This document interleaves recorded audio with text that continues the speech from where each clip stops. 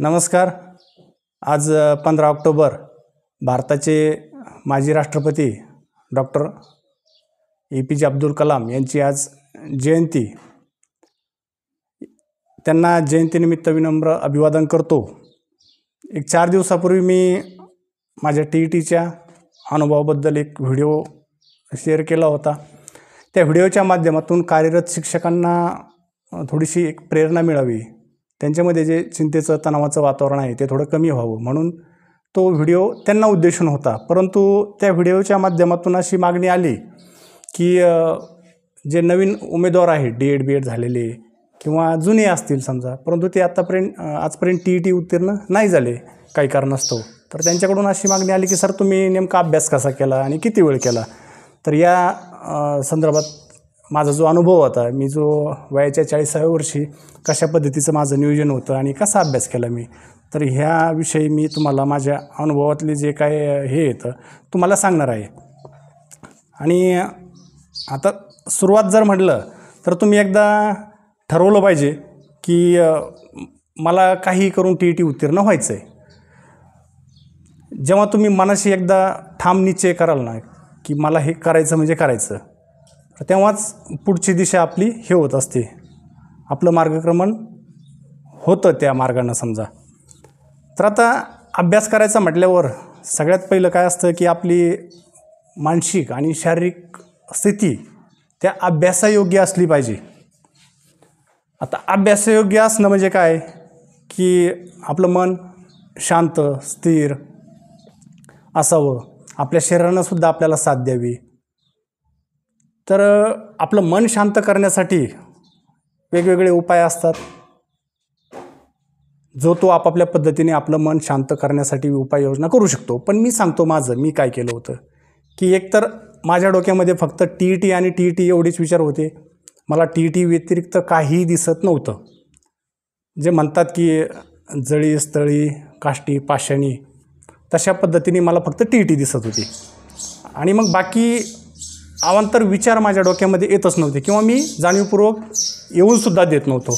आणि असंच तुम्हीही करावं, जेणेकरून आपलं एक फोकस त्या आपल्या अभ्यासावर होईल. आणि यासाठी काय करता येईल की आपण जाणीवपूर्वक इतर विचार टाळायचे, आपल्या डोक्यामध्ये फक्त TETचे विचार ठेवायचे, अभ्यासाचे विचार ठेवायचे. दुसरी गोष्ट काय तर अनावश्यक गोष्टी काही असतात बघा की आपल्याकडून काय होतं, आपल्याकडे मोबाईल आहे, आपल्याला फोन येणार, आपण त्याच्यावर बोलणार. तर शक्यतो ह्या गोष्टी एक टाळायच्या. फोनचा वापर कमी करा, फक्त अभ्यासासाठी करा. बाकी सोशल मीडिया वगैरे हे कायम बंद करून ठेवा. मी मागच्या जेव्हा अभ्यास करत होतो तेव्हा मी कसंच हे सोशल मीडिया वापरलं नव्हतं, फक्त अभ्यासासाठी वापरलं होतं. आणि दुसरी गोष्ट काय की घरातून आपल्याला काही लोक हे करू शकतात की टोमणे मारू शकतात. आता काय तुमचं वय आहे का, घरातून मारतात किंवा शेजारी पाजारी हे लोक मारतात, पण त्यांच्याकडे दुर्लक्ष करायचं आपण. आणि तसे लोक असले पण पाहिजेत, त्याशिवाय आपण पेटून उठत नाही. तर कारण मलासुद्धा माझ्या टायमाला काही लोक म्हटले होते की आता काय म्हातारपणाला अभ्यास करता येईल. पण असू द्या, उलटं त्यांच्याकडून आपण हे घ्यायचं, प्रेरणा घ्यायची. आपण जास्त जिद्दीनं पेटून उठायचं आणि अभ्यास करायचा. ही झालं तुमची एक तयारी, सुरुवातीची गोष्ट आहे ही. आणि थोडासा एक आहाराच्या बाबतीत थोडासा एक सांगतो तुम्हाला माझा अनुभव की आहार थोडा कमी करायचा. आपण जर आहार आपण थोडा मापात ठेवला तर थोडंसं आपल्याला अभ्यासाला अजून आपलं शरीर आणि मन आपलं हे साथ देतं. याच्या व्यतिरिक्त म्हणजे याच्या उलट पण एखाद्याचं असू शकतं, एखादा पोटभर जेवण करून पण अभ्यास चांगल्यापैकी करू शकतो. त्यामुळं सगळ्यांनीच उपाशी राहून अभ्यास करा असं काय म्हणणार नाही मी. पण एक जनरली असं आहे की आपण थोडा आहार जर मापात ठेवला तर आपलं मन वगैरे समजा व्यवस्थित काम करतं, आपली बुद्धी चांगली चालते. हे एक मानसशास्त्रीय तथ्य आहे त्याच्यामागं. बरं, चला आता आपण अभ्यासाला नेमकं काय केलं पाहिजे, कसं केलं पाहिजे याबद्दल बोलूया. की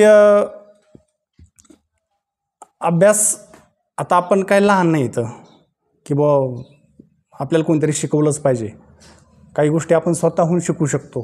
त्यामुळं ज्यांनी कोणी तास लावले असतील ते चांगलंच आहे, ज्यांनी नाही लावले ते सुद्धा काही योग्यच आहे, काय अडचण नाही त्याच्यामध्ये. आता तास ज्यांनी लावले त्यांनी शक्यतो तासाचा उपयोग गणितासाठी करून घ्या. इतर विषयासाठी फार काही तासाची आवश्यकता नाही आहे. मानसशास्त्र असेल, मराठी असेल, परिसर अभ्यास असेल, हे आपण स्वयं अध्ययनातून हे करू शकतो. बरं, आता हे कसं करायचं स्वयं अध्ययन? नेमकं काय करायचं की तुम्ही पुस्तक घ्या, ते वाचा. वाचत असताना एकाग्र चित्त करून वाचा, समजून घेऊन वाचा, आकलन करून वाचा. आणि एक तास दीड तासाचा गॅप घ्यायचा. आपण काय वाचलं आहे, आता प्रत्येकजण समजा अर्ध्या तासाचा घेऊ शकतो, एका तासाचा घेऊ शकतो, पण नेमकं गॅप कशासाठी घ्यायचं की आपण जे वाचलं आहे ना ते आपल्या मनात हे करायचं, आपण त्याचं मननचिंतन करायचं. म्हणजे ते काय होतं की आपल्या स्मरणामध्ये त्याचे ठसे पक्के होतात. याच्यामागं मानसशास्त्रीय तथ्यसुद्धा आहेत. तर जर आपण अर्ध्या तासानं समजा जे काय आपण वाचलं आहे त्याचं थोडंसं मननचिंतन केलं तर ते फायद्याचं ठरतं. आता दुसरा मुद्दा असा आहे की सर नोट्स काढायच्या का? तर हो, नोट्स 100% काढायच्या. नोट्स अशा काढा की 200 पानाचं पुस्तक असताना त्या 200 पानाच्या पुस्तकाच्या तुमच्याकडे 10 पानाच्या नोट्स तयार झाल्या पाहिजेत. नाही तर ते जशाच तसं पुस्तक उतरून काढलं तर काय उपयोग नाही. मग ह्या 4-5 विषयाच्या नोट्स काढा. आता गणित आहे, गणिताचे तुमचे एक तर पहिली गोष्ट पाठ असले पाहिजेत, किमान 30पर्यंत पाठ पाहिजेत. वर्गघन पाठ पाहिजेत, 20पर्यंत घन पाठ पाहिजेत, 30पर्यंत वर्ग पाठ पाहिजेत, मूळ संख्या, जोडमूळ संख्या, ह्या गोष्टी पाठ असणं आवश्यक आहे. मग त्या गणिताच्या नोट्समध्ये घ्या आणि बाकीचे जे 4 विषय त्याच्यासुद्धा नोट्स काढा. एक 10-10, 12-12 पानाच्या नोट्स काढा. आणि त्या नोट्स, आता मी सुद्धा त्या नोट्स काढल्या होत्या माझ्या. आणि एक छोटीशी वही घ्या अशी, काय प्रत्येक विषयाला सेपरेट वही करण्याची गरज नाही. आणि याच्यामध्येच 5 कप्पे करा, एक 15-15, 20-20 पानाचे कप्पे करा. त्याच्यामध्ये तुम्हाला जमतील तसं जेव्हा वाचत असता तुम्ही तेव्हा त्याच्यातलं जे महत्त्वाचं वाटतं आहे ते ह्या वहीमध्ये नोट डाऊन करा. आणि ही वही संध्याकाळी झोपायच्या आधी तुम्हाला 1 तास लागो, 1.5 तास लागो, ही एकदा वाचून काढायची म्हणजे काढायची आणि आपल्या उशाला ठेवायची. झोपेतून उठल्या एक तर नियोजन करा तुमचं की तुम्ही झोपेतून किती वाजता उठायचं. तुम्ही जर 5ला उठत असाल तर एक अर्धा-पाऊण तास लवकर उठा आणि ही वही तुमच्या उशाला असं उठल्या ही वही घ्या आणि ही वही जी तुम्ही झोपायच्या अगोदर वाचलं होतं ते पुन्हा वाचा. तुम्हाला सांगतो वेगळं काही करण्याची गरज नाही. एवढी जर ही वही तुम्ही अशी 2 वेळा वाचली दिवसभरात, बाकी तिच्याकडे पाहूसुद्धा नका, फक्त झोपायच्या वेळी वाचा आणि उठल्या वाचा. तुमचं हे सगळं पाठ होऊन जातं, लक्षात राहून जातं. तर आता या व्यतिरिक्त जर तुम्हाला काही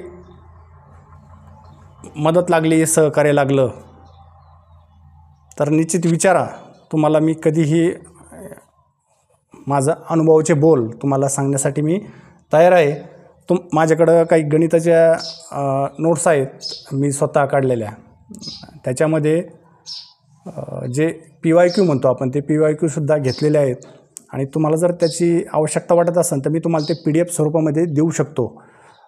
मला व्हॉट्सअपला मेसेज करा, फक्त नोट्स म्हणून असा मेसेज करा व्हॉट्सअपला.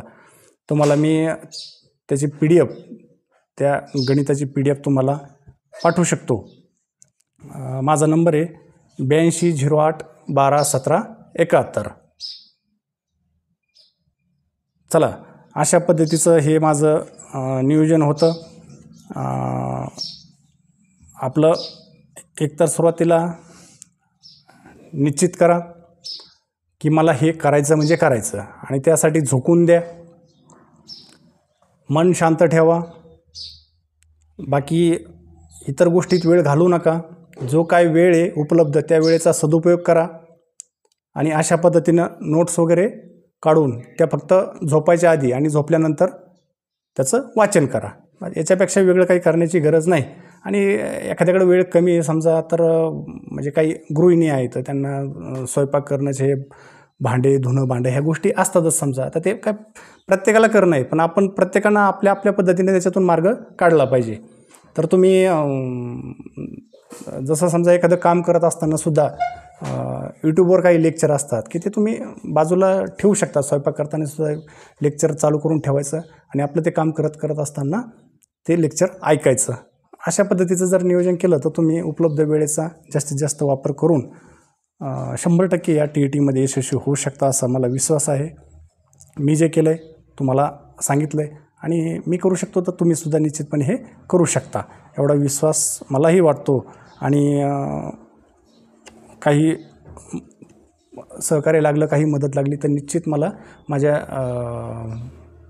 8208121771 या व्हॉट्सअप नंबरवर मेसेज करा.